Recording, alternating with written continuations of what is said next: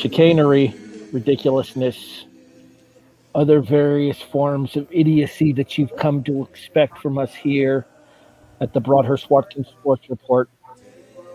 Sports in black and white. Unfortunately, we bring you none of that at the start of today's show.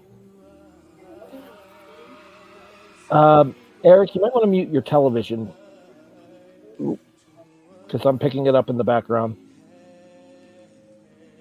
There you go. Correct me if I'm wrong, Charlottesville and the campus of the University of Virginia and the loss of life of 3 young men on a football team. Mr. Watkins, I send it to you for the details of the story.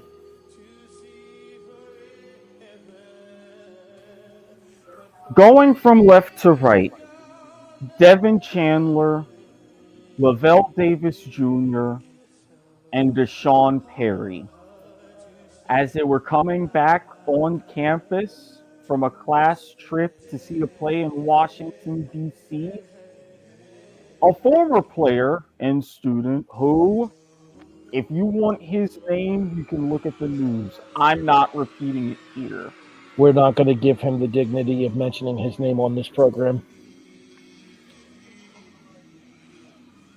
He, on top of having previous weapons charges, as that story's come out, decided that it was a beneficial time to wreak havoc and shoot at the team bus. All 3 of these young men tragically lost their lives.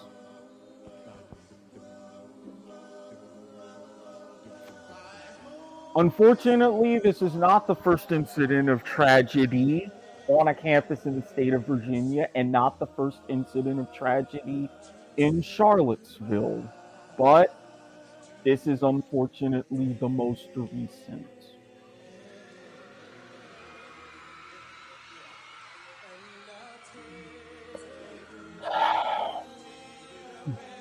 I don't know what can be done, but something has to.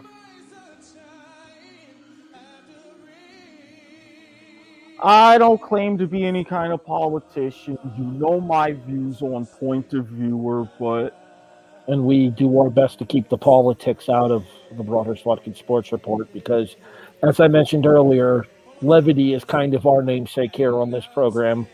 It's unfortunate that it's becoming a weekly occurrence that we're having to open the show with tributes. And in this particular instance, we're having to open the show with a tribute for something that never should have happened in the first place. No.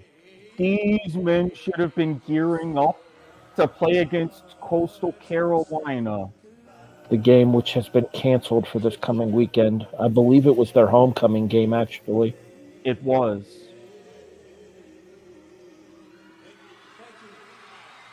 There's been wonderful memorials, of vigils and everything on campus.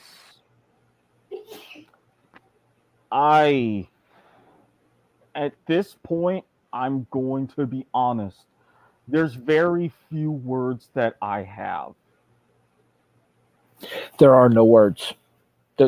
Actually, I take that back. There are 2 that immediately spring to mind. Senseless tragedy. Mm-hmm. For it is not our place to ask why, but rather how. How can we make things better? Compassion, common decency, and caring for your fellow man. Eradicate these situations. Come together to some kind of resolve and make senseless tragedies like this a thing of the past. Go rest high upon that mountain, young men. Your journey here is done. May you continue to root on your team from up above.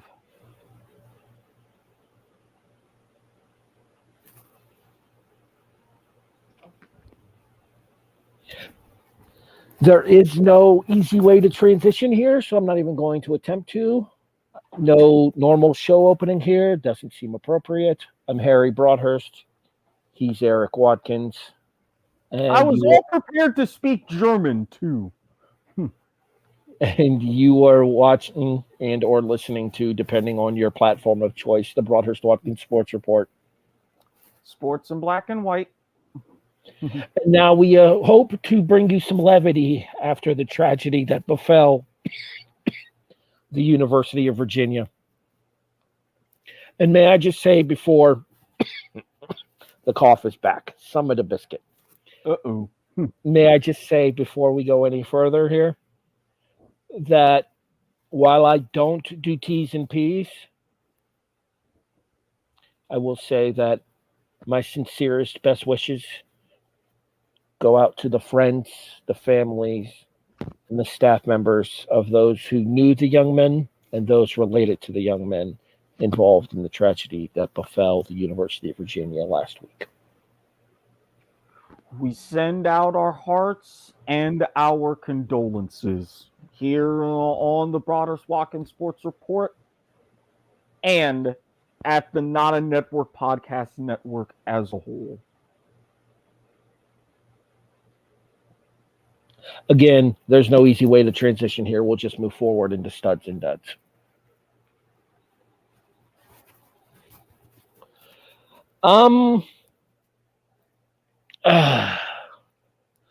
This is gonna suck with you bringing up past happenings here. Yeah. We're gonna start with the duds, and you know why? My dud for the week is Virginia Tech. Yeah,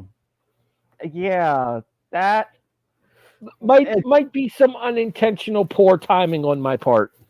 I mean, I don't blame you for that because all in all, it was pretty valid. That granted, Miami's performance against Virginia Tech can't really talk, but ouch. You still won.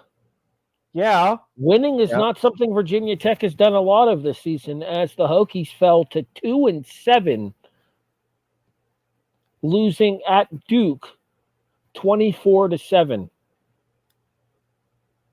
I mean, Duke has a blueprint thanks to what we did. Well, Duke is actually not a bad football school anymore. Like they used to be, with all apologies to both Steve Harvey's, bottom 10 regulars. True. But nowadays, even low-level bowl gaming is pretty commonplace for the Blue Devils in football. I mean, it's pretty much back to their Steve Spurrier days when they won the ACC back in 1989. I do give credit for making investments in their football program and kind of bringing about a new tradition. But that new tradition for Virginia Tech is Rutrow.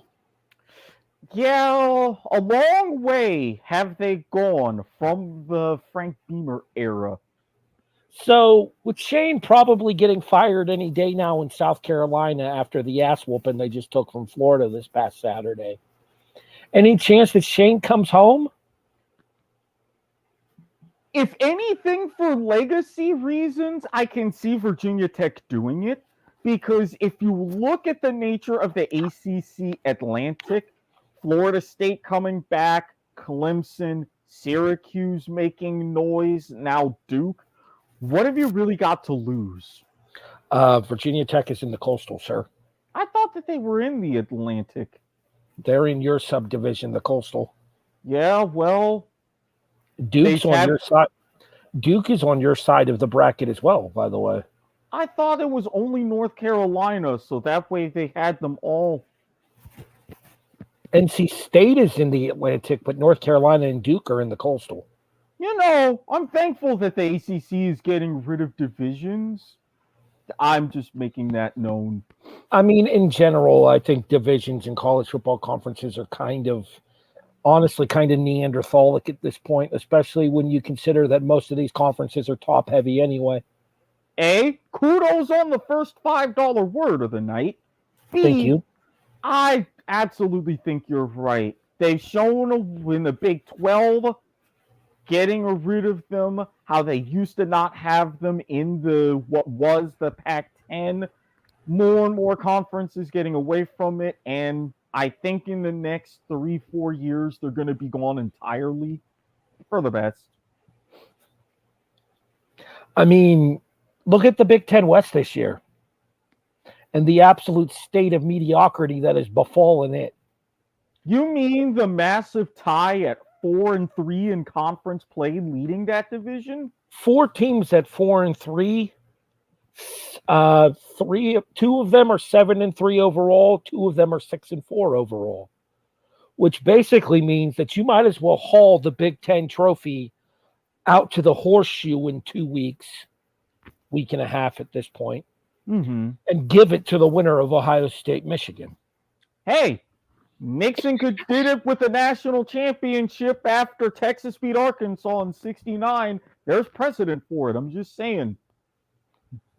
What's the point of even risking the potential for a college football playoff spot by having that Big Ten title game with the sad state of the Big Ten West? But that's a whole nother digression for another time in the show.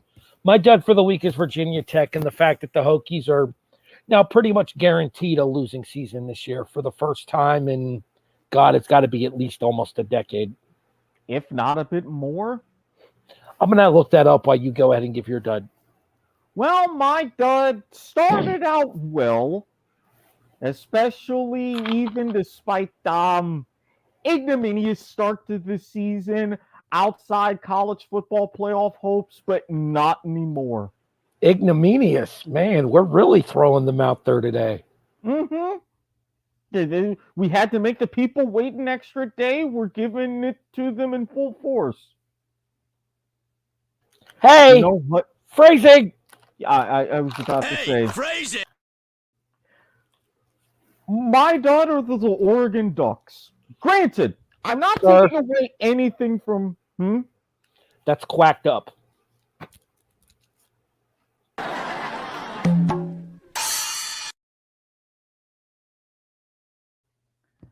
I'm not taking anything away from Washington and their victory, especially the way it happened.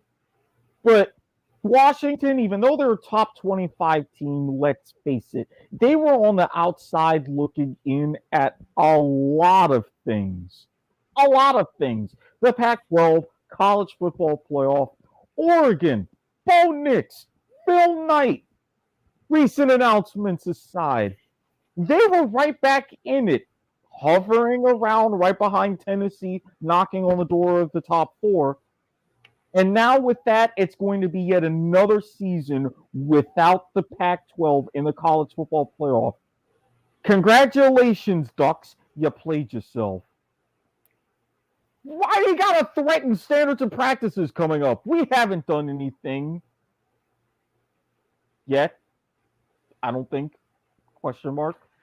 Okay, so question. Are we counting overall or just regular season? Because there have been the last 2 seasons where they've lost their bowl game to finish sub 500. Overall, regular season. Season. The last time would have been 1992, 2-8-1. Because, 5-5 in the ACC in 2020, 6-6 overall in 2021. Before losing bowl games in both seasons. Right. Yeah. Digest that, everyone. The last time Virginia Tech had a losing regular season, you still had ties in college football. The last time Virginia Tech had a losing regular season, I was 7. I was 6. Yeah. Stats courtesy of our friends over at collegefootballreference.com. Highly recommended. All right, so let's go to the happy performances for the week here. Let's go to your studs for the week. And I got to tell you, man, my fantasy team really needed the boost this week, and that's one of the reasons why I'm giving it to this guy. 2 catches for 16 yards, which is pretty pedestrian. Standard fare for a non-catching running back. However, here's the important stat line. You ready? Ready. 22 carries, 147 yards, and a touchdown while making his first start in 3 weeks coming off of injury. My stud, and thank you for finally showing up this season, is Jonathan Taylor. As the Indianapolis Colts and Jeff Saturday win on a Sunday, welcoming Matt back into the fold. Yeah, who would have thought that a head coach, which, and I am compelled to bring this up,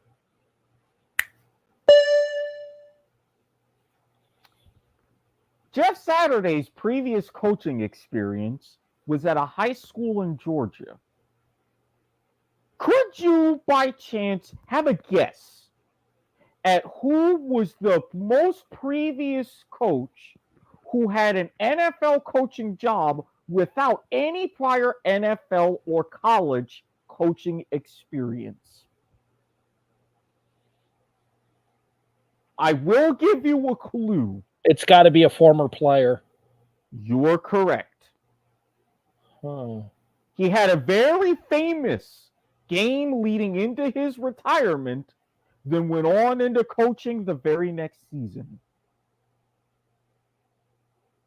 I'm going to go with Mike Vrabel. Incorrect. Boo Earns. The Flying Dutchman himself, whose single game passing record still holds to this day, Norm Van Brocklin. Jesus. Won the NFL championship, Vince Lombardi's only postseason loss in 1960. Went on to right into coaching in 1961. A few years with the expansion Atlanta Falcons on his resume. Speaking of the Falcons, Matt Ryan, everything comes full circle. You're welcome, folks. This is what I do. So obviously the ship has sailed on Jonathan Taylor in terms of any kind of chances that he had to win a rushing title this year. Because everybody was saying that going into the season, Taylor was RB1 for the entire league. Obviously not the case. Do you think that this opens the door once again on what many consider to be Indianapolis' slim playoff hopes? Given the state of the wild card in the AFC, they've got a fighting chance. Because if you look at the teams with the best records in the conference, they're a ways back, but it's nothing terrible. You're probably looking at a 6-7 seed, but crazier things have happened. The benefit of a 17-game season will really help them this year. Not to mention having that tie on their resume as well could give them an advantage over other teams going as we get closer and closer into the playoff positioning as well. Yes, Chargers. Yes, Raiders. Ties help. I'm not salty. I'm having flashbacks to last season all over again. If I sound better now. Yay! Just remember, folks, we can't be bought, but we can be rented. And here at the Nada Network, we have nothing to shill but shill itself. Sponsorships at AmericanWhammy.com. And, well, if you podcasts at AmericanWhammy.com. Pardon me. Send your sponsorship inquiries to podcasts at AmericanWhammy.com. And if you don't like how the whole segment was handled, you can send all of your hate mail to @HEBTheEagle on Twitter or HEBTheEagle@yahoo.com. Assuming Twitter survives the day. Well, if Twitter survives until Sunday, I would really appreciate that because I have plans. Sure you do. Look, all I'm saying is standards and practices can crow all they want to. I've run it by them. I've seen what's going on in the Bluebird app, and trust me, If all goes to plan, point of viewer will send Twitter out with a bang. I don't think we were aiming for a monkey there, but so be it. Anywho, all right, who's your stud for the week, Eric? With some equally, almost, as impressive stats in a fairly significant game. 8 targets, 4 catches, 107 yards, and 3 touchdowns. Now, granted, followed it up with a unique yet almost equally as brilliant stat line more recently. But for all the issues that Aaron Rodgers has had with receivers, you really are gotta be thankful if you're him for a man like Christian Watson. I mean, scoring a hat trick like that against the Cowboys to get a comeback win in overtime, hey, that's what you need to kind of put a little life back in the season. Yeah, and then proceed to lose the life immediately by having an El Fodal against the Titans on Thursday Night Football. If you're going to use Monty Python for a part of your meme, get it right and make it prophetic. That's exactly what happened. Whoever created that, chef's kiss. We'll be talking a little bit more about the Packers here in a few seconds. Mr. Watkins, I know normally this would be the time where we transition to So That Happened. But this particular week, there is no happenings. I mean, there are happenings, but there are no happenings that we are going to delve deep into because it is Predictosaurus. I guess you could call us a couple of Nostradamuses once again. Believe me, emphasis on the dumbasses in some of these predictions that we made in the preseason. Hello, Pittsburgh Steelers making the playoffs. Oops. My bad. Mea culpa. Yeah. Let's fix this, shall we?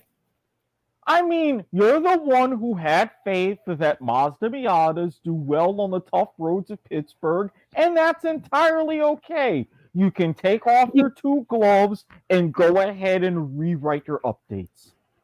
I mean, if it makes me feel any better, I mean, it really doesn't, but it should. Trubisky wasn't terrible in charge of the Steelers. He wasn't terrible, but he wasn't good either. But besides the point, he was just as good as he was in Chicago. When you see how that happened, he was perfectly serviceable up in Buffalo. But in fairness, he barely saw the field up in Buffalo. Exactly. Miatas don't do well in snow. You know this. Speaking of which, and it's just because we have to discuss it because it's on everybody's minds right now with the game literally being moved out of the city. Did you see that we got a Kareem Hunt's worth of snow up in Buffalo? Yeah, I mean, the thunder snow came along and kicked you right out of your own stadium. Technically speaking, this might work out better for us because we play the Lions on Thanksgiving Day anyway. Yeah, you don't have to worry about travel. You don't have to worry about any other unforeseen circumstances. You get to sit. It's a lot easier to rest up and go in for the second game on a short week. So that's a pretty big advantage. I feel like being able to stay in the city, having practice facilities and everything lined up there is going to work out pretty well. I mean, we were probably going to smack the Browns and the Lions around anyway. This is just more incentive to do so. We'll pour one out for the homers here in a few moments. All right, let's do some updated predictions, shall we? Let's.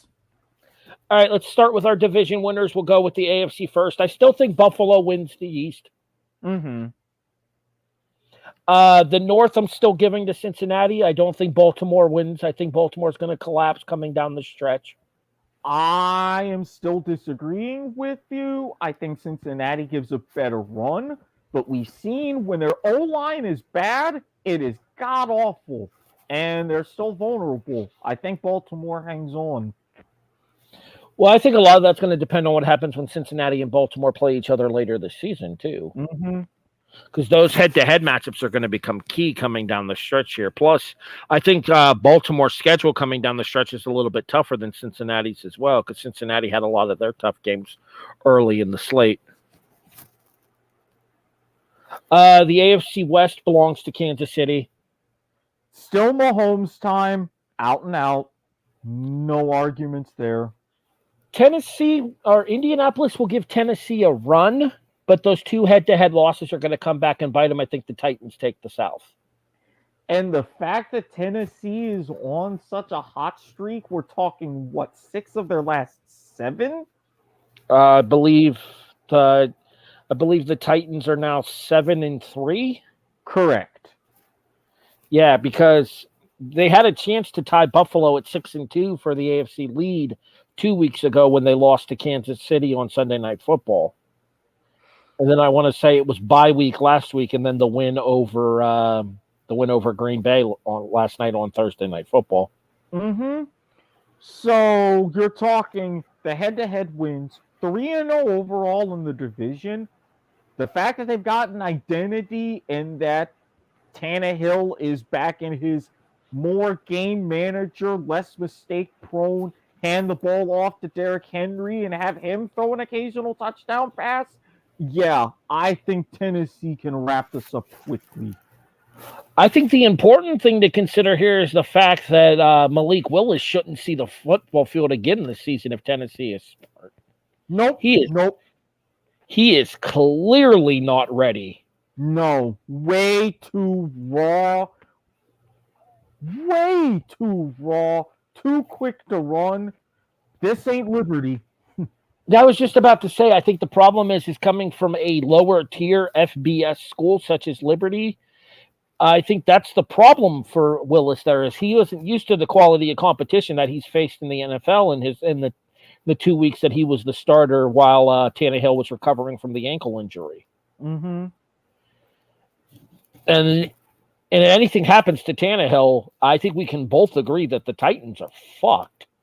Yeah, if Tannehill's gone, even with Derrick Henry continuing to go off, your season is done. Your wild cards. All right. Yes, I know that this team could be at the top of the division. No, they're not going to stay at the top of the division. You're not going to beat New England on Sunday.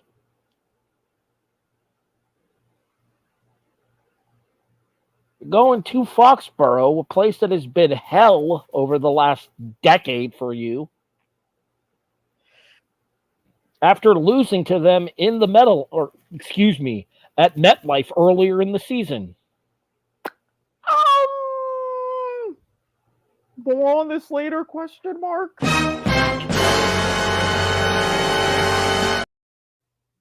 Dramatic doggo indeed. Yeah. And oh boy, if what I say later on, I have to live this down, yeah, somebody better up and prepare for Sunday night. We'll stay tuned.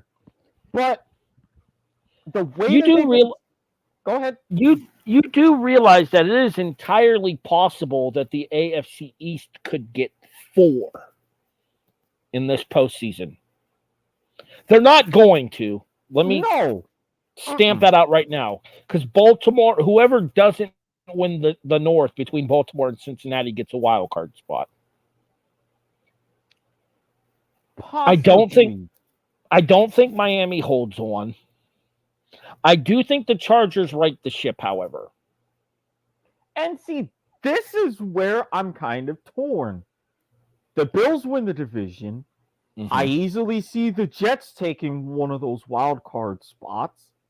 I honestly think, again, barring anything extra unforeseen injury-wise to Tua, we've seen how they are for riding the ship. I think the Dolphins hang on and get a wild card spot. I think it's going to come down to the Chargers and Bengals for that third and final wild card.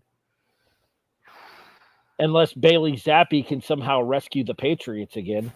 Because clearly the Mac Jones experiment isn't going so well in New England this season. Look, you can only get zapped but so many times. I don't think the Patriots make the playoffs. Let me clear the record right here and now. Neither do I. Baltimore 5, physically pains me to say this, but the Jets at 6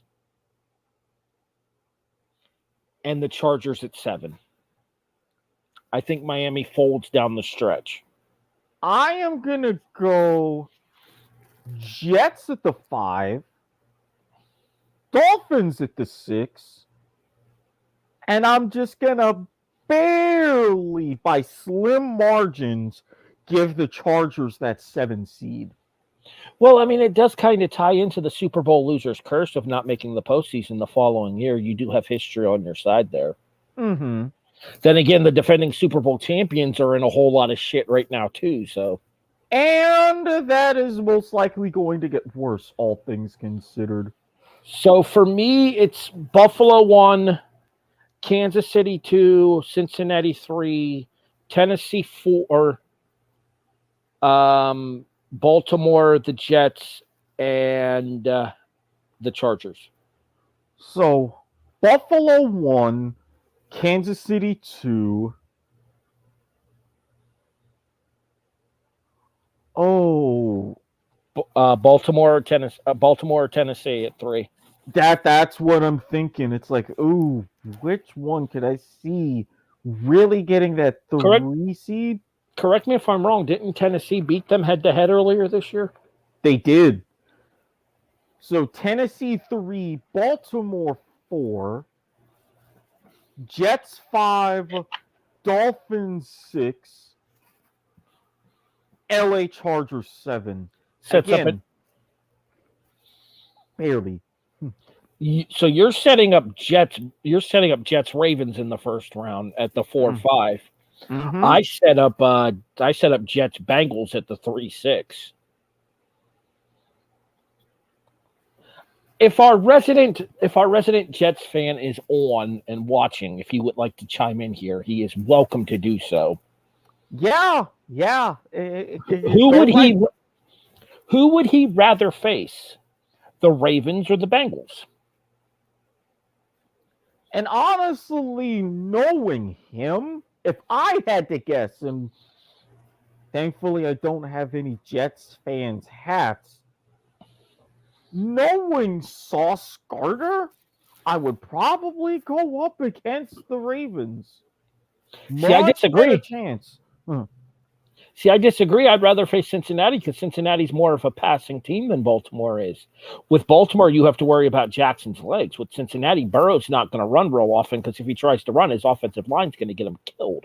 Yeah, but this is the thing. While you have with Jackson's legs, look at those complement of receivers. You can go up against a team who is going to be more apt to try to grind down the tempo and run down the clock.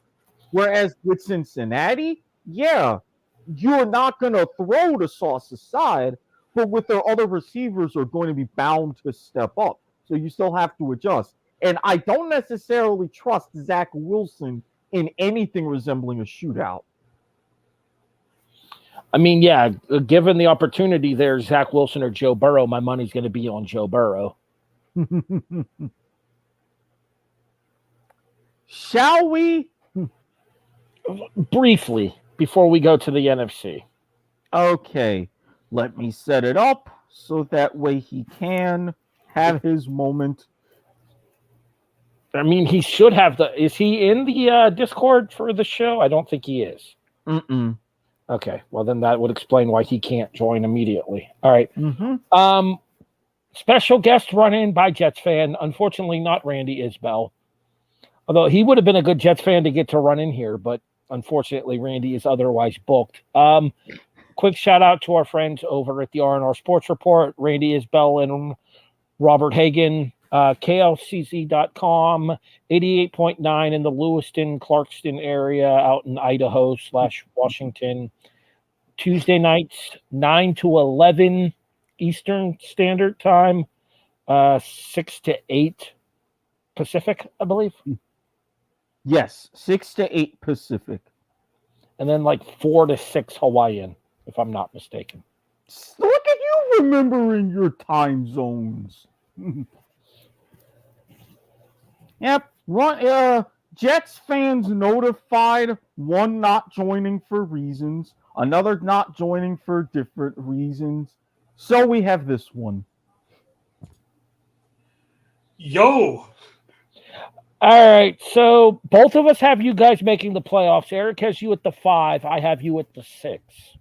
however amusing it would be to have the entire AFC East in the playoffs, I also do not see the hoodie going to the playoffs this year. Especially not with Mac Jones as their quarterback, because he has definitely not been the answer that New England's looking for.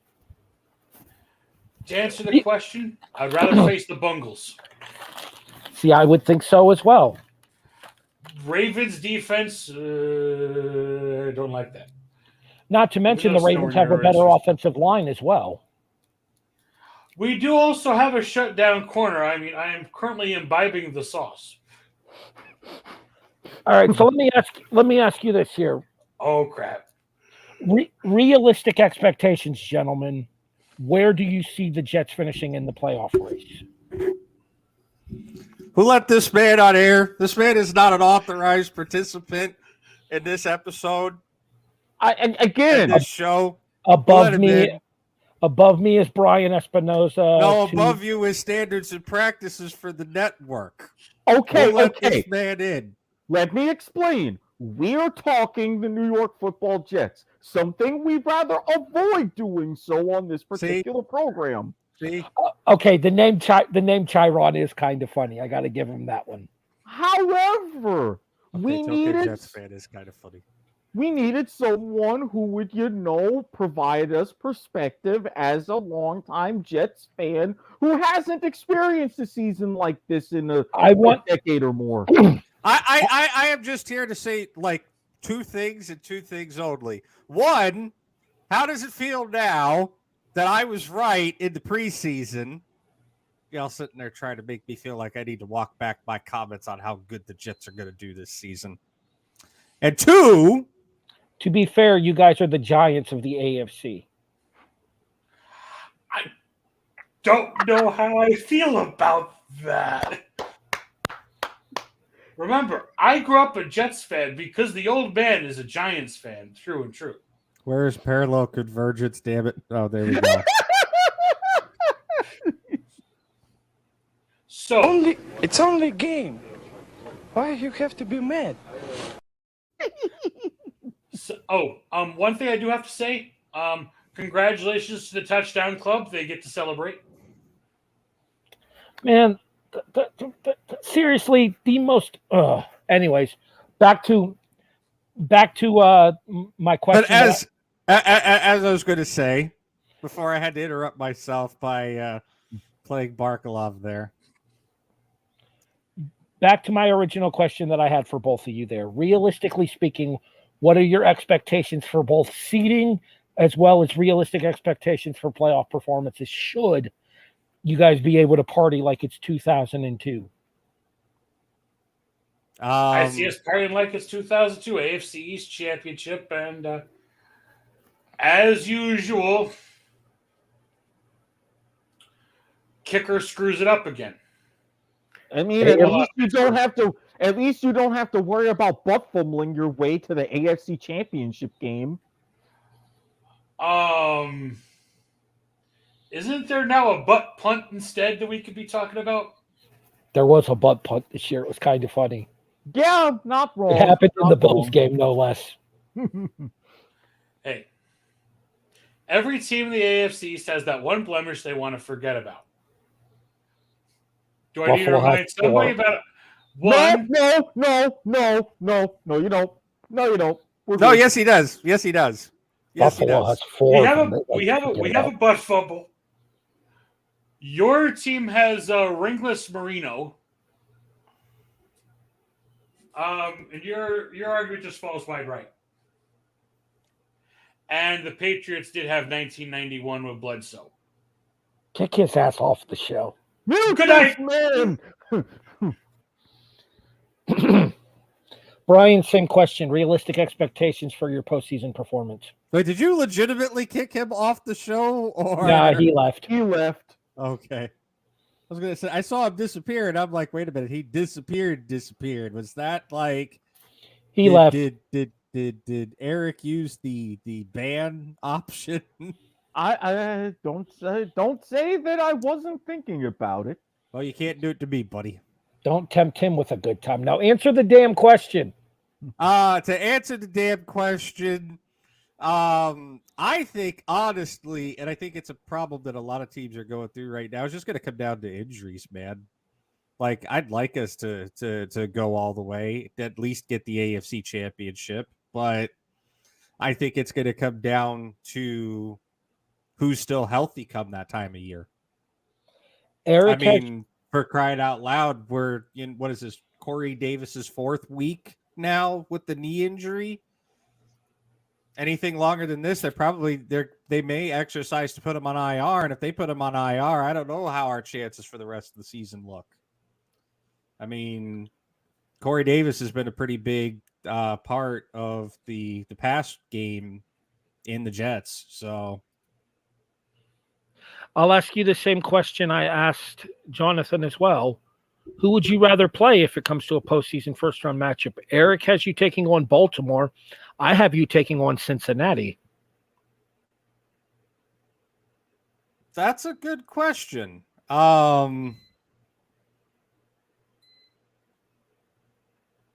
Honestly, As the sounds of dinner call from the kitchen. yeah, my air fryer literally just returned on for no reason at all whatsoever, and I'm trying to figure out why. Hans waiting ya dinner time, motherfucker. No, I'm not kidding. Like literally, it just randomly, magically, just completely turned on a whole brand new cycle. And And I don't well, know what caused it.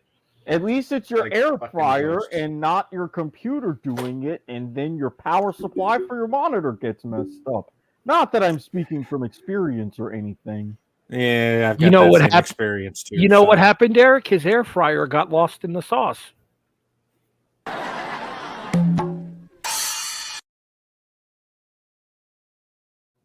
You know, standards and practices is only going to let that go because that was a reference to the Jets. That was the point. All right, so answer the question, and then we got to move on. I don't know.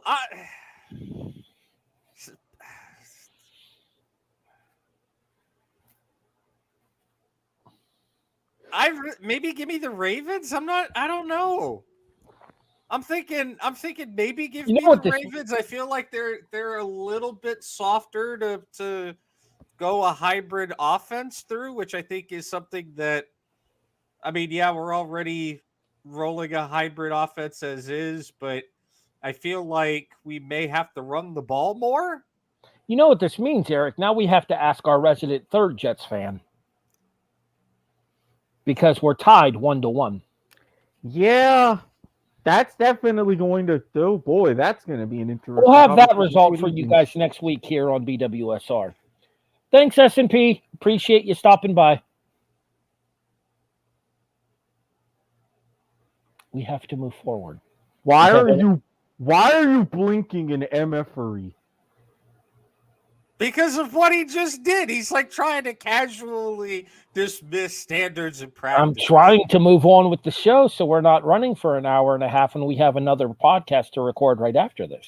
And potentially another 2 because of breaking news? Look, I told you that's up to you, okay? I'm not going to force you into triple overtime if you don't want to go to triple overtime. Question, is sobriety required?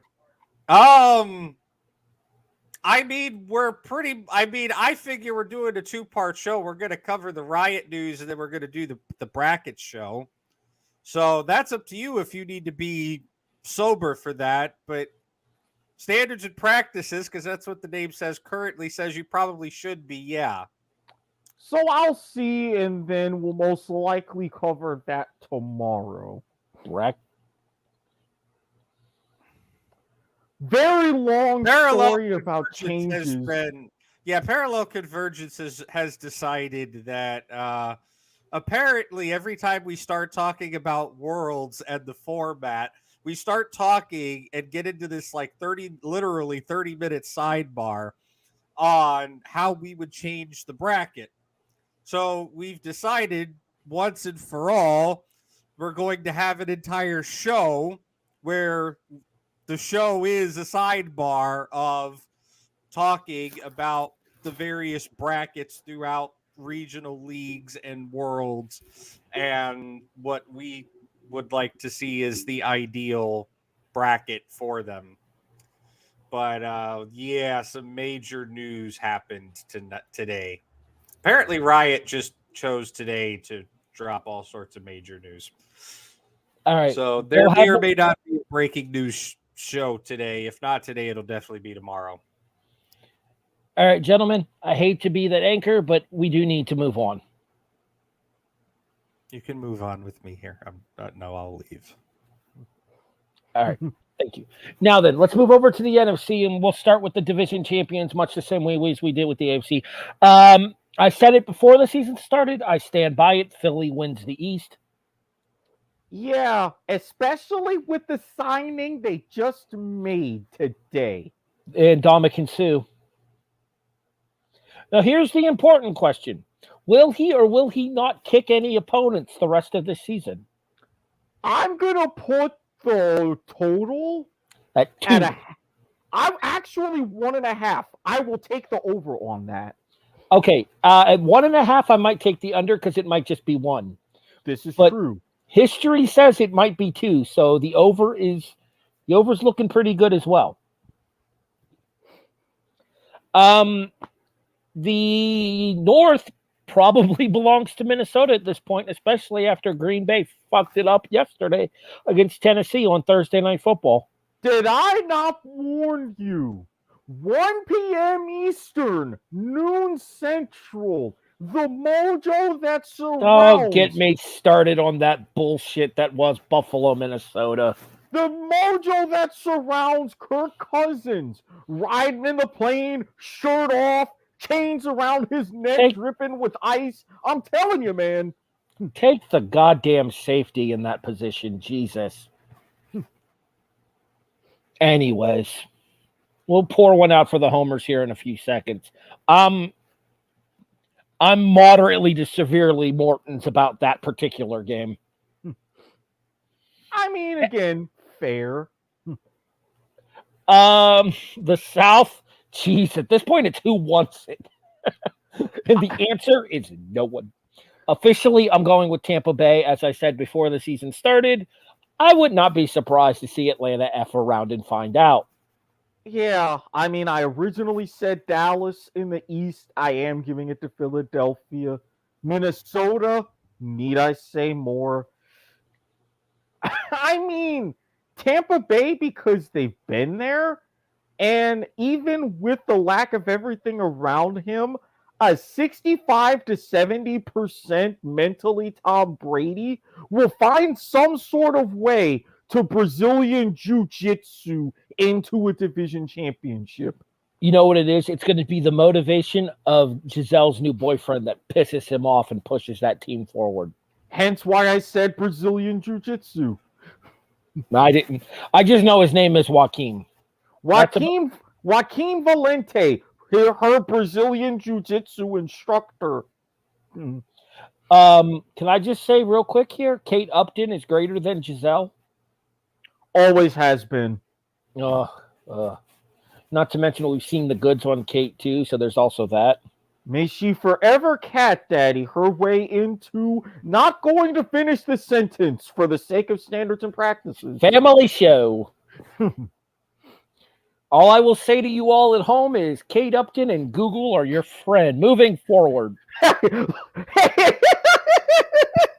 Yep. Look, moving forward. Myself, okay? Eric, do you remember who I picked to win the West in the preseason? Because I do. Yeah. I picked San Francisco. Mm-hmm. And I stand by that. Yeah. I don't think Seattle's for real. We talked about this when we did our midseason awards last week. The Geno Smith thing is a fantastic story for Geno Smith and like the 4 people that care about him. San Francisco has too many weapons, too many options, and they're starting to get healthy at the right time. All I'm going to say this. No, number one, well, not entirely safe for work, as this is somewhat safe for work. And I share this sentiment exactly. Geno Smith, I don't know who you are, where you came from, who you possessed. Eric, no. you ready? Mm-hmm. It's movie reference time here with Harry. It's an invasion of the body snatchers.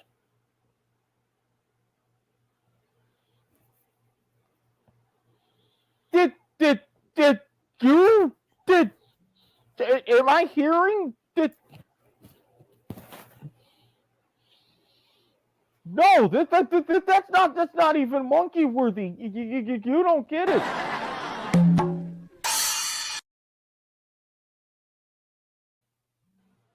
I Not just a movie, a sci-fi movie at that. There's something for this. This is this. It's this. I am this. Eric Wow. is big shook of. Yeah. I reference not just a movie, but a sci-fi movie at that. Yeah, well, I'll do that in one quick minute because now I also have to check on dinner. So excuse me momentarily. All right. So while Eric steps away for it, I'll go ahead and do my playoff predictions from here. Yeah, like I said, Philadelphia, Minnesota, Tampa Bay, because apparently they're like the only team that kind of sort of wants it in the West or in the South, excuse me. And I still think San Francisco wins the West because I think San Fran has too many weapons for Seattle. I could see Seattle fighting for a wild card spot. I do think the North gets 3. Or not the North, the East gets 3. Philadelphia wins the conference 1. Philly 1, Minnesota 2, San Fran 3, Tampa Bay 4. I will put Dallas at 5.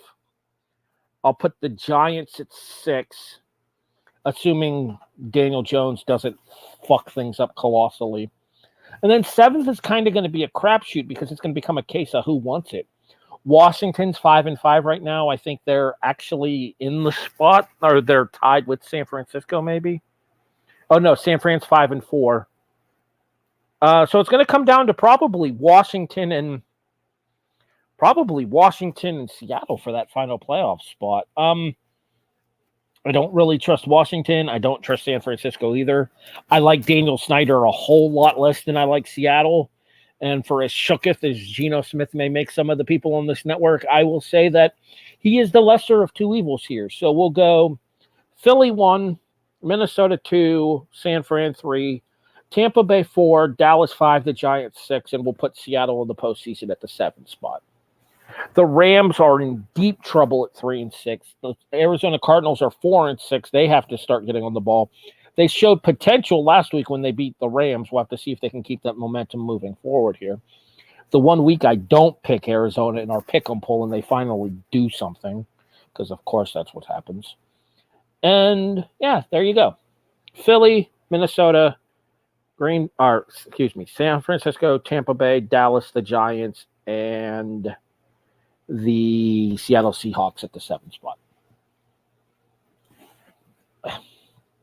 All right, so while we wait for Eric to get back, because apparently he had to step away in order to go figure out his dinner options here, we are recording at like 7 o'clock here, which is not normal for us. Usually we're a late night show. Unfortunately, I crashed bad last night, so we're running on a different day than we normally would. The whole situation with Buffalo, we kind of touched on it earlier. I guess we can kind of get into that here now, and I'll sort of pour one out for the homers with regards to this as well. I see everybody talking, everybody saying that this is a mistake and that the game needed to happen. No, the game did not need to happen in Buffalo in these conditions.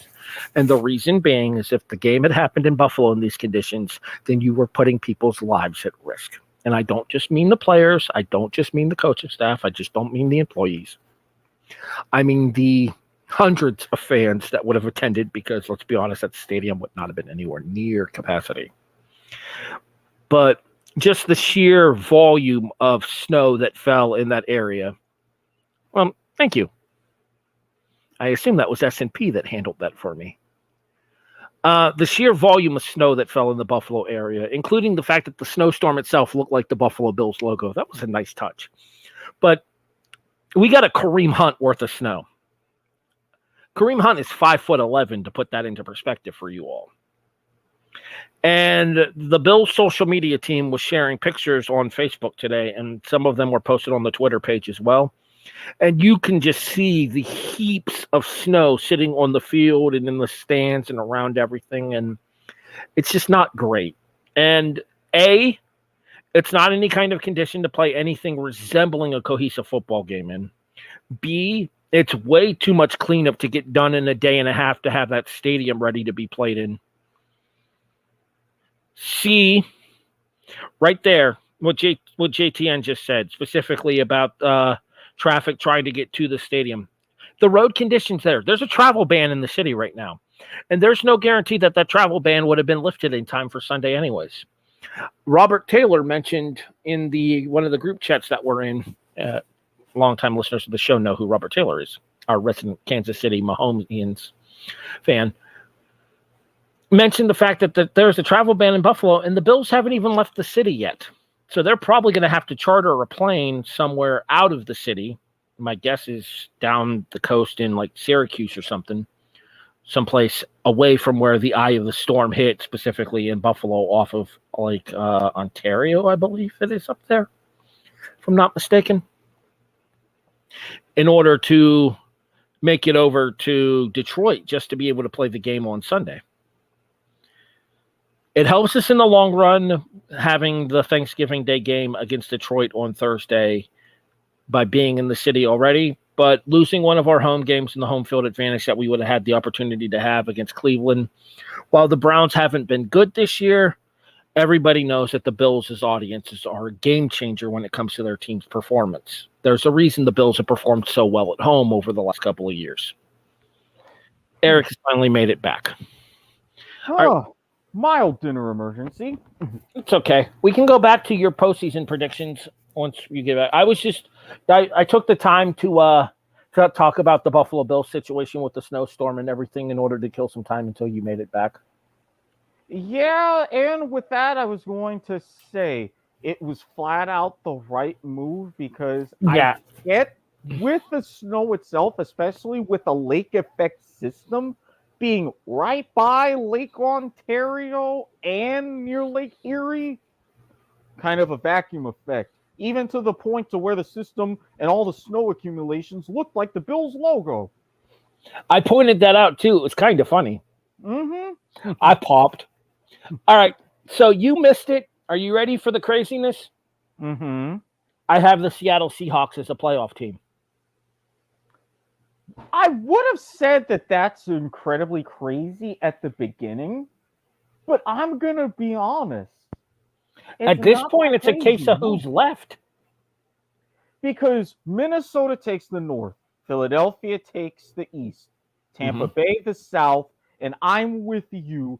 I think with San Francisco now with Jimmy G back, the offense clicking again as it should, the Niners go ahead and take the West.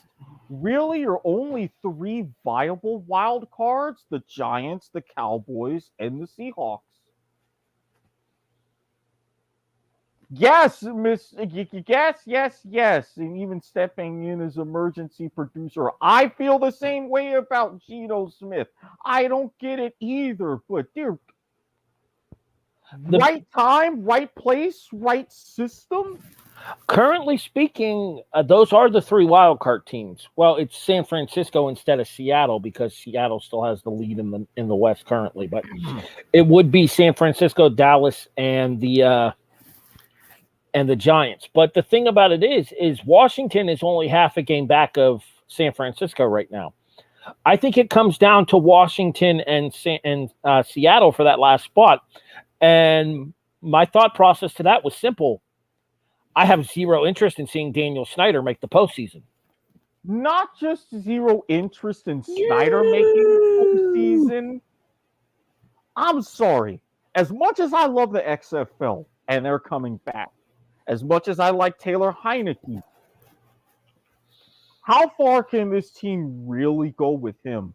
There's enough to say that Carson Wentz is done, absolutely, but no, you're still 5-5 for a reason.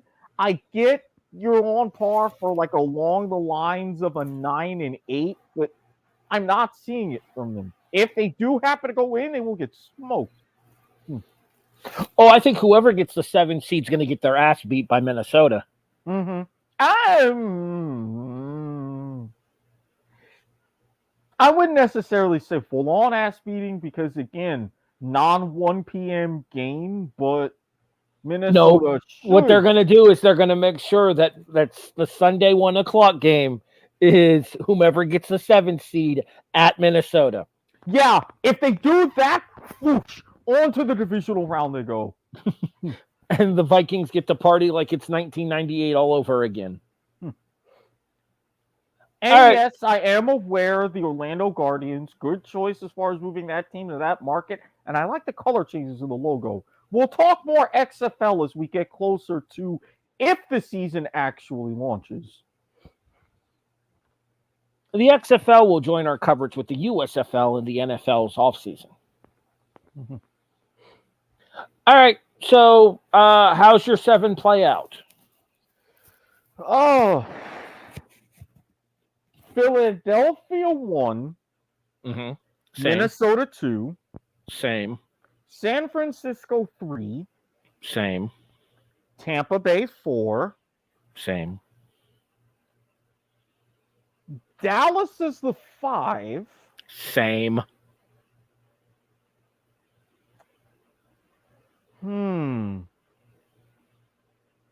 Seattle is the 6, and I think the Giants slipped to the 7.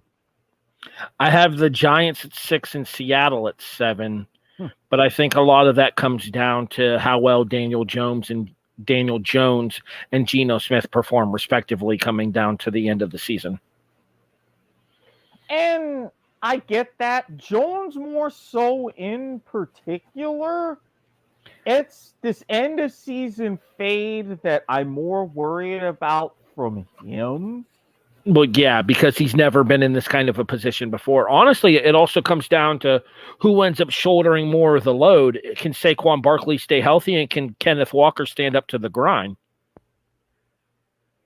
If that happens, they have a fighting chance, but the fact that Geno Smith can do just enough and is already continuing to take more and more shots than everybody else along with Pete Carroll, I think they're going to find it in them to leapfrog the Giants into that 6th seed. I'm a survivor, Eric. Oh, so glad that I don't have to pour one out for the homers. Oh, no, you still do. Wrong Chiron, sir. Thank you. I'm up to 4 in a row. Yes, you are. Woohoo! Let's try to make it 5. Give me the New York Giants over the Detroit Lions. That's a really sturdy branch I feel like I'm stepping out on there. Yeah, you are. Although the Lions are coming off of a win over Chicago, so. Well, I mean, look at exactly how they won is the big question. The late in the 4th quarter touchdown to knock off the Bears 31-30. All right, who do you got, Eric? I'm looking at these matchups. Some of them are ugly. Some of them are quite nice. But I also see what's going on for one particular team in Carolina. Give me Baltimore. Baltimore over the Panthers? Uh-huh. That's fair. It feels like a safe pick. Yeah, sorry. Without P.J. Walker, I ain't buying it. I will say this much. Mayfield came in and performed very well against Cincinnati. He did? But in fairness, that was garbage time against Cincinnati. This will be Baltimore that'll be prepared for him. And who was used to facing Baker Mayfield from his time in Cleveland. Mm-hmm. We got John going in. He is going to go ahead and push in his chips to get off the schneid, going with Vegas. Even though it's Denver, Denver's bitten me before. That's all I'm going to say. I don't trust going against Russell Wilson. The same way I don't trust picking the Packers anymore this season either. Hashtag can't back the pack. I know Tom Grossi has been on a roller coaster this year. Now we pour one out for the homers officially. And we'll get to yours in a second here. Let's go through mine real quick. Okay. So, I'm going to start by ripping the Band-Aid off right now, as you had mentioned it. You would have to say, just based on the ending and how it happened and everything with overtime, that was at least top 5 one of the games of the year. I don't disagree with that. And I think it's potentially you might be looking at we talked about how a lot of people were talking about how Bills-Rams was a potential Super Bowl preview. A lot of people talked about how Bills-Packers could have been a Super Bowl preview. Obviously, we had no idea the Packers were going to completely shit the bed this year. A lot of people were talking about now how Bills-Vikings could be a Super Bowl preview. I don't know that the Vikings can go that far with Cousins as their quarterback. But what I will say is, God damn, that Jefferson kid's got to be a candidate for MVP this season. Woo! Just straight up, you ever talk about Mawson, a defender? That one-handed Come on. That one-handed catch at the end of regulation, going towards the end of regulation, might have been the best catch I have ever seen. And that covers years of watching football. Same. And I've seen Odell Beckham. I've seen the helmet catch. I've seen, catches around body parts. I would argue the helmet catch was more important because Tyree basically clinched a Super Bowl with it. Yep. But in terms of sheer volume of difficulty, I don't think any catch I've ever seen outweighed the one that Justin Jefferson just had. Although I will give credit where credit is due to the catch that Marvin Harrison Jr. had on Saturday for Ohio State, where most of his body was out of bounds, except for the 1 foot that he needed.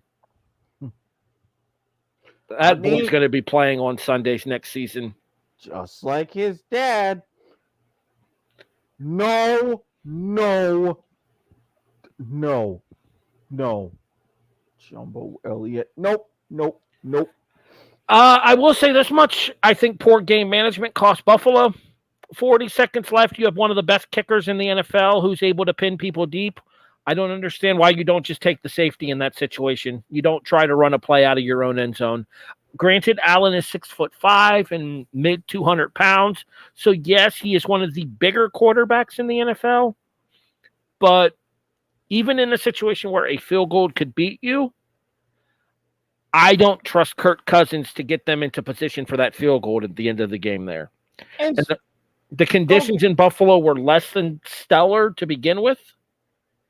I think that you put that in the hands of your defense. And I was going to ask you about situations with field goals, and especially going into overtime. You would know the conditions even better than I would. But down by 3, knowing you've got to put the ball back in Kirk Cousins' hands one more time, and you can get a stop to at least preserve a tie, I was kind of confused about that level of aggression on that pass that led to the clinching interception. I just think Allen missed a read there, because if Allen actually sees that, safety there, then he lofts that ball a little bit higher. Peterson doesn't get his hands on it, and it's 6. I get going for the win in that situation just because of the fact that you're in a dog race in the AFC East. Mm-hmm. Miami 7-3. The Bills and the Jets are both 6-3. Mm-hmm. The Jets have the tiebreaker over the Bills due to the fact that the Bills are 0-2 in the division right now, and the Jets beat us head-to-head in our one matchup. Right. So I get the idea behind going for the win there rather than playing for the tie and conserving what you would have had pretty much guaranteed with Tyler Bass's range. But I think Allen missed a read. And it's one of those things where Allen hasn't been the quarterback that he has been before Dable left this season. I mean, as much as I love Ken Dorsey, you're right. It's not the same. It's really not the same. Moving over to the college side of things. So we have a Tua in the NFL. Mm-hmm. We have a Taulia, Taulia, in college. But Penn State said to him, Tuiasa, nope.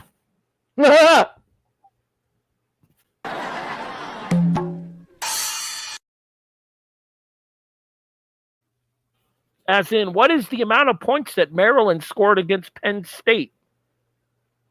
Man, I feel bad. I'm glad the Tua is healthy and is playing again. Otherwise, man, his father was going to come down to College Park and whoop his ass. Florida, meanwhile, put a beating on South Carolina on Saturday, which was nice to see. Because, Eric, you ready for another movie reference? Dr. Jekyll and Mr. Gator. Now, you know what? I got to do something that was recommended a while back. Yeah, this is warranted. This is heavily warranted.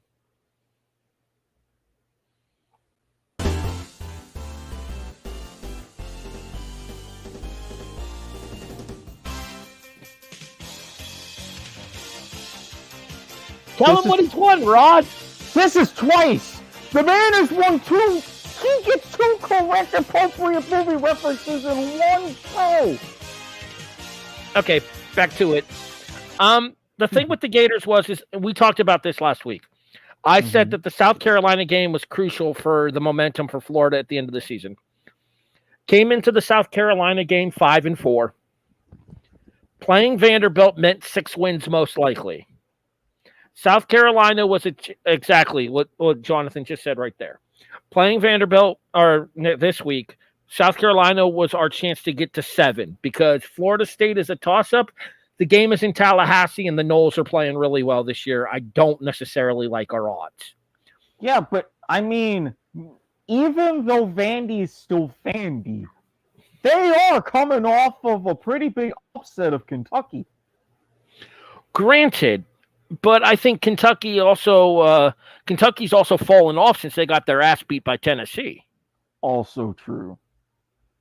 So I think this is an opportunity here this week for the Gators to move to 7-4 to get it back to 4-4 in the conference, which in the first year for Billy and Napier, it would be considered a success given the fact that we started 0-4 in the SEC. Mm-hmm. And then to have the team with a proper amount of momentum going into the Thanksgiving weekend showdown, I think Friday actually at noon on ABC, if I'm not mistaken. Oh boy! I'm going to need to clarify that for next week, but I'm pretty sure it's that the game got moved to Friday at noon on ABC. I am going to look that up for you as soon as my computer cooperates. So it'll be an opportunity for the Gators to possibly finish with 7 this week and maybe even as many as 8 regular season wins and get themselves into, I don't know, Citrus, Outback Bowl perhaps? Citrus wouldn't be too bad. Pretty much right around the level that we were in, I think the Outback Bowl is where we went the year that we lost the last 2 games of the season. Okay, so yeah, this one against Vandy, noon Saturday. And all right, so you've got Vandy at noon Saturday and the game against Florida State that is Black Friday, 7:30 on ABC. Oh, we're a primetime national. Nice. Mm-hmm. Could be interesting there. I mean, not going to lie, taking the starch out of FSU to end the regular season would be a really nice way to build momentum going into whatever bowl game we happen to get.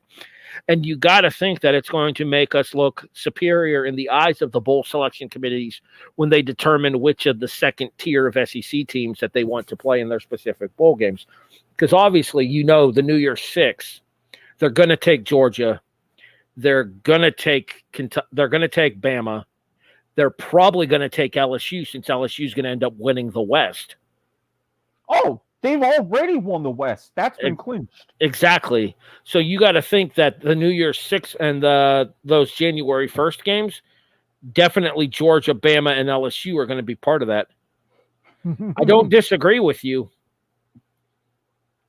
I mean, but Michigan won't be a problem this year, assuming they can get by Ohio State on a Black Saturday. Yeah, you're not wrong there. You won't have to worry about Michigan. It'll just be a different potential Big Ten opponent. Could be Penn State, actually. Good luck with your allegiances if that's the case. Oh, anybody who knows me already knows the answer to that. Penn State in football, Kansas in basketball, Florida in everything. I don't root against the Gators in football. True. When Florida played Penn State a couple of years ago, I sided with Florida. Florida and Kansas have never met on the basketball court, to my knowledge. And if they have, it's been a long time since it's happened. If that were to happen, well, I'm sorry, but I'm going to go with Kansas there. Yeah, I was just saying that. John. It's going to be Tennessee, Bama, and LSU that are going to get New Year's Sixes. Most likely. I think Bama's pretty much guaranteed for an NY6. As long as they don't choke up against Auburn on Black Saturday. And the fact that Auburn isn't having the best of years. They fired their coach. Exactly. If they were at least half decent, I would say it could be a trap game, but they're not even close to that. All right, Eric. Sorry. Catching up on the sleep from yesterday, apparently. Let's talk Canes football. Do we have to? Yes, unfortunately, we do. We aren't ready. We are a ways from being ready. I credit Crystal Ball, and his players are the ones making the real difference. And he's flat out saying to parents, if you don't like your son's playing time here, you are free to pick him up at any point. It wasn't the most comfortable of bounce backs against Georgia Tech. That game was another one that was uncomfortably close until Kinchins and his run back, 99 yards as part of his 3 interceptions, really helped salt the game away. That got some of the taste on our mouths. But boy, hell, we are going to remember 45-3 for a long time to come. And I am ecstatic that Crystal Ball's recruits are taking a look at this and saying, yeah, we need to come and help y'all out. I hope they feel the same way after Clemson. I was just about to say it gets no better tomorrow.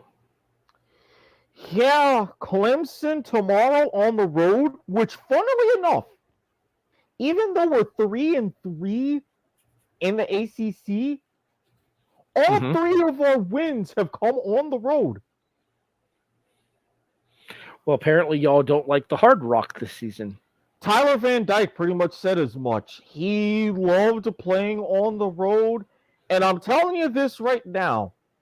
Rob Manfred, Commissioner of Major League Baseball, if you want to do the sports world a solid, realize that the Marlins are done and move them to Nashville. That way, we can reclaim the hallowed ground that was once the Orange Bowl. We will all thank you. Let me ask you this here. Obviously, Clemson on the schedule this particular Saturday, that's probably a loss. Mm-hmm. So in order to become bowl eligible, it's Pittsburgh at home in the Hard Rock. Do you think bowl eligibility happens, or do you think that the 5-7 is the realistic likely outcome for the season? I'm gonna be honest, especially this time of year, even though Pitt has been Pitt, to kind of put it mildly, really fallen off. Currently 6-4. I think it's 5-7. And personally, for a year zero under Cristobal, this is going to sound twisted, but hear me out. 5-7 gives you a lot more motivation this first year than 6-6 and another trip to the Sun Bowl where we get our ass beat by insert Pac-12 school here. Insert Pac-12 school could very well be somebody like UW, no less. Yeah. Who we just saw knock off Oregon this past Saturday. And honestly, as much as I love Tony the Tiger and everything else, I would rather just stay home. Cristobal keeps getting in his guys, knowing, hey, See, I'm going to disagree with you. Okay, go right ahead. The reason I'm going to disagree with you is I think the extra practice time with the Cristobal section, the kids that he knows that he wants to build that program around, I think those extra couple of weeks of practice time, because if they don't become bowl eligible, that's it for their practices and everything this season. They don't get to have any of those extra practices that the bowl eligible teams get. Right. I think that the opportunity to have those extra practices in order to grow that audience and grow those kids for next season, and maybe even hopefully light the fire of a potential winning season with a bowl game victory under their belt at 7-6. I do agree that 5-7 would light a bigger fire up under their ass for next year. Mm-hmm. However, I think that the added momentum of having that extra couple of weeks of practice time with those kids could do just as much, if not more, for that program going into year 2 of the Mario Cristobal era. And you're right in that regard. But my question is, I would love to see the motivation and extra practices if they can get pumped up for Pitt. If we at least keep it close against Clemson, say within 2 scores, against Clemson. It's asking a lot. I know it's asking a lot, but if we at least do that in Death Valley and have that and go be Pitt, yes, keep everything going, get those extra practices. But honestly, if you're talking a potential shellacking, then coming home a bit demotivated and losing to Pitt at home, no, 5-7, leave everyone hungry for months on end. Keep enough of that taste in their mouth so come spring practice, you're going on all cylinders. And it gives Cristobal an even better chance of going and cleaning some house. Because there's already been a lot of mumbo jumbo and all that sort of hoodoo with the transfer portal and everything else. All right, so I'd ask you about the Jaguars game this Sunday, but there isn't one. You guys are on your bye. Thankfully. So we'll ask you about last Sunday's game against Jacksonville instead. 27-17. Honestly, I think it's a performance you can be proud of. Primarily in the second half. Because if you look at that, up until that last scoring drive that passed Christian Kirk, that was a 20-0 game. In some ways closer than as I expected. But we made it closer, and we had a lot of fight back in those key chances, especially with Trevor Lawrence and others saying how close they are and they're inches away from finishing games. The fact that we were able to show that and make it respectable, the bye week comes at a good time for me in that regard. We go ahead, really figure out who we are, what we are, give Travis Etienne some much-needed rest from being the number 1 guy, and then we have a strong finish to our season. I'm looking at the box score from your game here. Christian Kirk, 9 catches for 105 yards with 2 scores. Mm-hmm. Seems to be justifying the contract that you guys gave him to come over from Arizona. I think that there is talent on your team. I think the problem is you guys in general as a collective are still too young. Yeah, I mean, with Peterson pretty much building from the ground up, The first coach who has not only taken the time to do that, but has had the luxury to do that. There's going to be some pains. But I feel at least on the field, because a lot of this ain't coming from a lot of the front office, on the field, it's going about the right process, and I'm willing to go with it. Still seeing a potential for that 7-win season like I predicted. Well, we talked about that when we did our predictions. I think your original predictions had them at 9-8. Mm-hmm. But that was with a couple of games going your way in close calls. So that obviously hasn't happened this season. Right. You guys have lost a lot of close games, and you guys have been blown out a couple of times as well. Mm-hmm. We hit the midseason mark at 3-7 for Jacksonville here. So 10 down, 7 to play. Mm-hmm. You're saying 4-3 down the stretch, 7-10 overall. You would consider this season a success? Absolutely. Absolutely.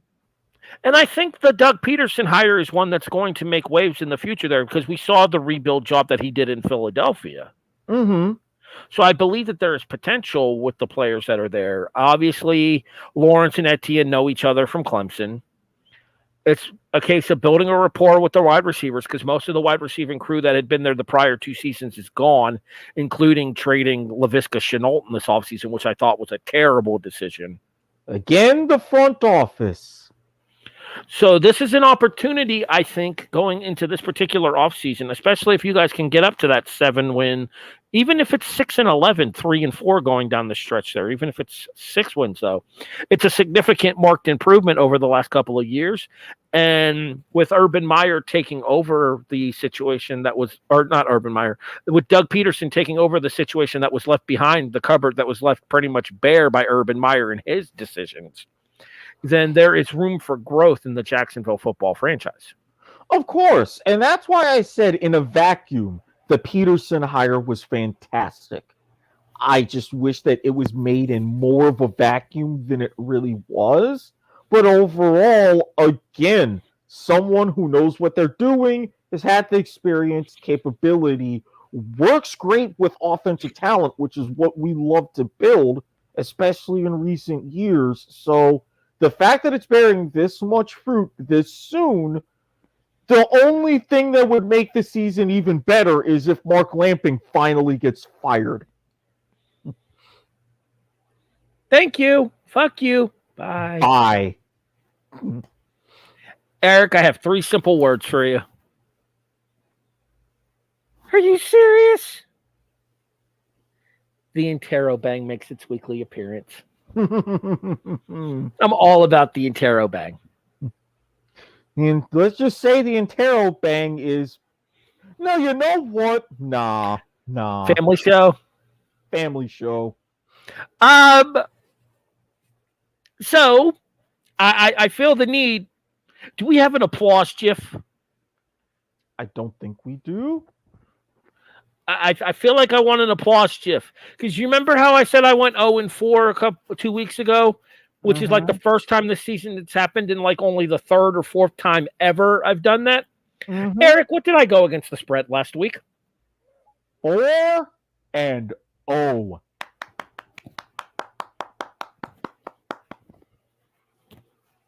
That is how you really come back from an offer. Or to put this in wrestling terms, per Eric Bischoff, I'm back. And I'm better than ever. Ooh, I think I know what's. No, I already have a song in mind for when we do our World Cup preview. But man, that would have been appropriate here, wouldn't it have? Oh, all right. Yeah, really So let's see if I can't keep the momentum going after hitting all 4 last week. Give me 1 second. Why don't you go ahead and start with your college pick here while I go ahead and pull up the prediction thing on my phone. Now, I'm going with my college underdog first because I got a little bit of logic and a little bit of a surprise. We talked about the Big 12. I took a good look, especially after TCU's win over Texas, at the Big 12 standings. We know the Horned Frogs are going to be in Jerry World. That's signed, sealed, delivered. But I was looking at a certain team's schedule, who they've got left, and what they can do, especially with a little bit of help. And I'm thinking, yeah,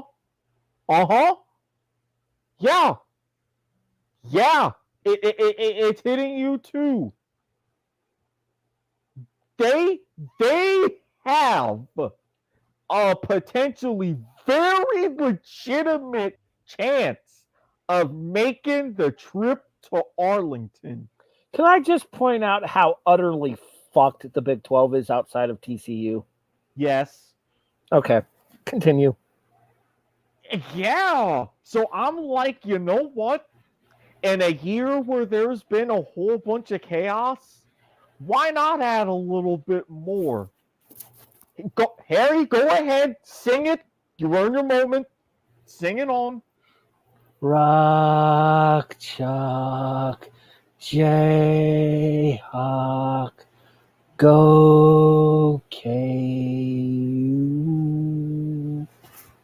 +9 against the Horns. And since we're not on campus and they can't do anything to us, Horns down.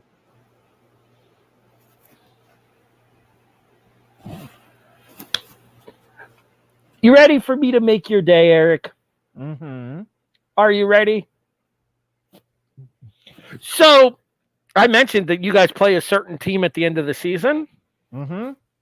And I mentioned this team a little bit earlier in the show as well. Mm-hmm. Are you serious? Brings us full circle this week. Duke continues its winning ways as they go to Pittsburgh and the great ketchup bottle, a Chrysler Stadium now. Acrisure. It's still the ketchup bottle. Duke +7. Eat shit, Pitt. Oh, if they beat them 57 ways to Saturday, I'll be so happy. Speaking of momentum breaking losses, man. Could you imagine if Duke knocks off Pittsburgh there? If I'm not mistaken, correct me if I'm wrong. I think a Duke win here, and it's Duke and Carolina next week for the Coastal title. Oh. No, Carolina might play NC State next week. Yeah, because Carolina, let me check who they play. Nope, they've got, Georgia Tech this week, NC State, then Clemson. Carolina's already got the head-to-head. Carolina already beat Duke head-to-head? 38-35. Okay, so then Carolina... Well, I mean, I did pick Carolina to win the Coastal, so that's looking pretty good right now. Yeah, they're sitting 6-0, so a collision course. They go ahead and they do their thing. They'll be, as a matter of fact, it looks like it's already confirmed. They're playing Clemson in the ACC title game. So it'll be North Carolina versus South Carolina, kind of, sort of, ish. At least the team in South Carolina, most of the state claims is their own. Exactly. What about your college lock of the week, Mr. Watkins? Now, I looked at a lot of these lines. Some of them I liked, some of them I didn't, but they were pretty emblematic of this time of year, especially in college football. We are busting out the big words today, boy. Again, this is what happens when we're on a Friday. You see a team whose jerseys this season I haven't necessarily liked. Even though they're going to their roots, Space City, we just had the Artemis launch, so they're really repping, and kudos to them. They're on their own mission against the service academy. Times haven't been good with the service academies, a lot of them, which you know. So as much as part of me didn't want to do it, with all of this, it made sense. And you know me in big numbers. A lot of the time, they help. Give me the Knights of UCF repping Space City at home against the Naval Academy minus 16. So I had to think about this because, well, honestly, there weren't a whole lot of glaringly obvious favorite lines this time of year. I figure most of them Vegas is probably pretty close to accurate on. There was one that kind of stood out to me, though. Specifically, a team not at home, but notorious for their home field, that has finally seemingly found its footing after a very lackluster out-of-conference schedule. I don't know if you noticed over here to that side of me there. Well, I do believe that is Bucky, the Boise State Bronco. Mm-hmm.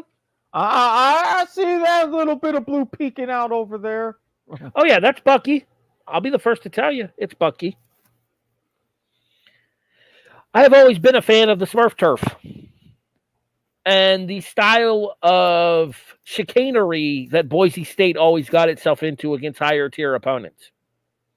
It's not a higher tier opponent this week, but it is an opportunity to clinch another Mountain West Conference championship, or at least a divisional championship inside of said conference. Probably one of their last inside of the Mountain West if everything holds true to form. The belief is not if, but when they make the jump to the Pac-12. Give me Boise State minus 14. Ow, God dang it, I just bit my tongue. Give me Boise State minus 14 at Wyoming. Boy, I know Josh Allen is going to be tuning in if he can. Sorry, J.A. Your team's not good this year. To be fair, your team wasn't real good when you were there either, so. But I'm giving them their credit, though. And this is a big one. This is the one that's going to decide who wins the Mountain Division. Boise State 6-0. Them Cowboys in Cheyenne right behind at 5-1. I think this is a case of have you been there before?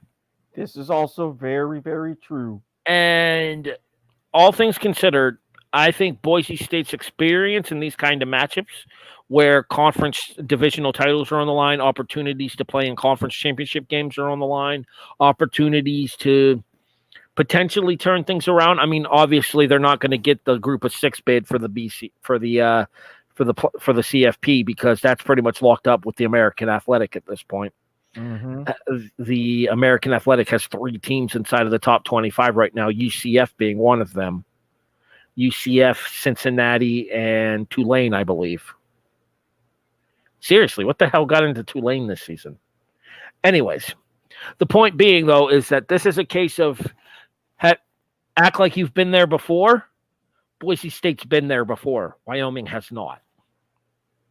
So I think experience wins out here. And, yeah, give me the Broncos minus 14. All right, so that moves us over to the National Football League. And I see your pick for Doggy, so we'll save that for last. We'll start with our locks instead. And you know how I'm picking against the Panthers at a Chrysler Stadium on Saturday? Mm-hmm. Well, guess what? We're going back to a Chrysler Stadium on Sunday. Panthers playing. Former Panther now playing for the Steelers. It all fits together. New team, same result. Cincinnati minus 3.5 against Pittsburgh. I mean, all credit to Jeff Saturday. All credit to the Colts. On a Sunday. Right. But you're going up against a team who's mad and another somewhat familiar foe because there's a good chance that Donald Kong Su could be ready to go and actually play on Sunday. Yeah, no, this is not going to be pretty. Give me Philly minus 7 as they make the trip to Lucas Oil Stadium. My underdog of the week in the NFL. I honestly, I struggled with this one Mhm. because most of the lines in the NFL aren't great this week. A lot of twos, a lot of threes, a couple of fours. So, like, not a whole lot of big numbers here like you would expect. I think the Buffalo Cleveland game will jump now that we're actually on a site where the offenses will be able to perform. And I think Buffalo will end up smacking Cleveland sideways. Very easily. So I wouldn't be surprised to see that number jump up into the upper double digits by kickoff Sunday, depending on if Buffalo is able to make it to Detroit in time for the game. Again, I don't know if you saw what Robert Taylor said. The team hasn't left the city yet, and there's a travel ban in Buffalo. Yeah, travel ban. You've had New York Governor Hochul make a lot of changes, shutting down a lot of throughways to commercial traffic. Planes are being de-iced.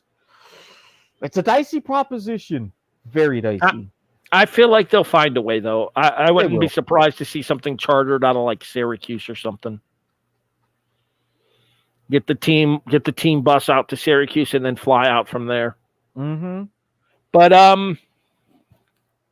the one game that stood out to me, and this is my biggest potential for an upset, I think not only is this a cover, I think this is a straight up win. We talked about the postseason in the NFC. Mm-hmm. And we talked about the fact that I feel like the San Francisco 49ers are still going to take the West. Mm-hmm. And Seattle's going to take the 7th seed out of the NFC West as well. But I wouldn't be counting the defending champions dead just yet, because they get cracks at Seattle coming down towards the end of the season. They get another crack at San Francisco coming down towards the end of the season. And they have a favorable strength of schedule coming down towards the end of the regular season as well. That starts against New Orleans, who is on its own issues over these last couple of weeks, including, but not limited to, getting their ass beat by Pittsburgh last week. And somehow, the Saints are 3-point favorites. I will take the Los Angeles Rams +3 at New Orleans. They say home field advantage is usually 3 points. That tells you everything you need to know. I think in the NFL it's 3.5. Thereabouts. Yeah, they say home field in the NFL is worth about 3.5. Speaking of 3.5, segue. You're welcome. I mentioned this earlier. We had fans of this team on earlier. The New York Football Jets. Head coach Robert Saleh keeping his receipts, shocking the league. My mid-season coach of the year, I'll point out. Exactly. Oh, regarding Buffalo snow, Friday night, the fire hose of snowfall is expected to keep shifting north through Buffalo and towards Niagara County. So, well, here's the thing about that. Niagara Falls is only like a 20-minute drive from Buffalo. So anything that Niagara gets hit with, Buffalo's going to catch outskirts anyways. They're going to get more dumped on them from it. I was going to say, yeah, so if anything, as you said, going towards Syracuse, that would be a better bet. But you had Harry's pick for midseason coach of the year, and you had the evil empire, the hoodie, the man in Belichick. All empires begin to wane, if not officially end at some point. You mentioned yourself with Mac Jones. You've seen with Bailey Zappi.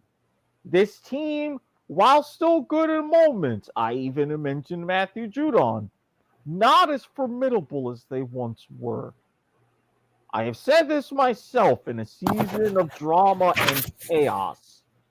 What better to have an amuse-bouche, if not a full-on appetizer, the week before Thanksgiving? if the Jets serve up another big slice of humble pie and the once fortress that is Foxborough. Give me the New York Football Jets plus 3.5 in New England. Don't be surprised if Gangrene pulls out a victory. I can't even consider it a significant upset. A reminder to everybody watching and or listening at home that these picks are made purely for entertainment purposes, but 21 means 21. God damn it! Please obey all local, state, and federal gambling laws. Gamble responsibly. If you or anybody you know has a problem, refer you to the number scrolling below, 1-800-522-4700. If you do choose to gamble less than responsibly, bovada.lv in order to make your official predictions and your official wagers, bet on Bovada. I wouldn't be too quick to go ahead and deal with Bitcoin, though. So they have other ways of accepting funds for your account. I guess you could say FTX it at this point. Hashtag party like it's 2002? Be gone, you. You're picking the Jets. Yes. Where what happens when you root for the rival? I I rooted know. for Dolphins once. You know what that resulted in. I know. And next thing I know, I'm going to be hearing someone saying that their blackness prevents them from rooting for New England. I get this entirely. I know what I'm doing. That's why I say somebody better be prepared for Sunday night if things go awry. Jets go to Super Bowl.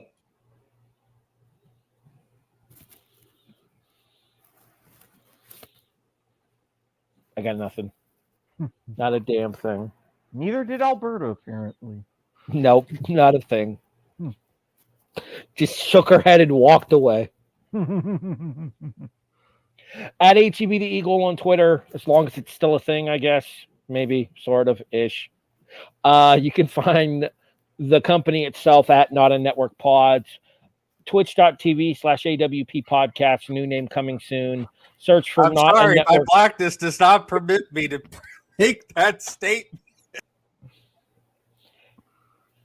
I need to stop saying and manifesting things. Continue. Search for the Broadhurst-Watkins Sports Report on YouTube Look, in order you to find us can't there. You cannot just drop gimmicks on air when I have access to the studio and when the other Jets fan has token running access to the studio and not expect me to show up and do a thing. And I have the perfect clip for Harry Broadhurst right now. Albert, you want to finish the show? I got the perfect clip for Harry Broadhurst, by the way. No, wrong button. Stu, what are you doing? Making chocolate pudding. It's 4 o'clock in the morning. Why on earth are you making chocolate pudding? Because I've lost Because I've control lost of my control life. of my show. Here's your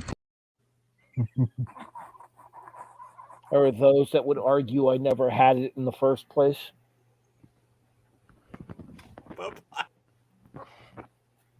He didn't even change the banner back. I'll go ahead. Ow. I did change the banner back, see? Physical comedy is not for the faint of heart. At Squid Sports at HEB the Eagle. We're coming up on 150. We're coming up on 110 minutes, an hour and 50. We're getting out of here. Stay tuned for the World Cup preview edition of the Broadhurst-Watkins Sports Report. Sports in black and white.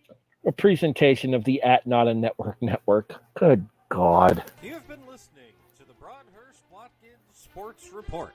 Sports in black and white. A presentation of the Not a Network Podcast Network.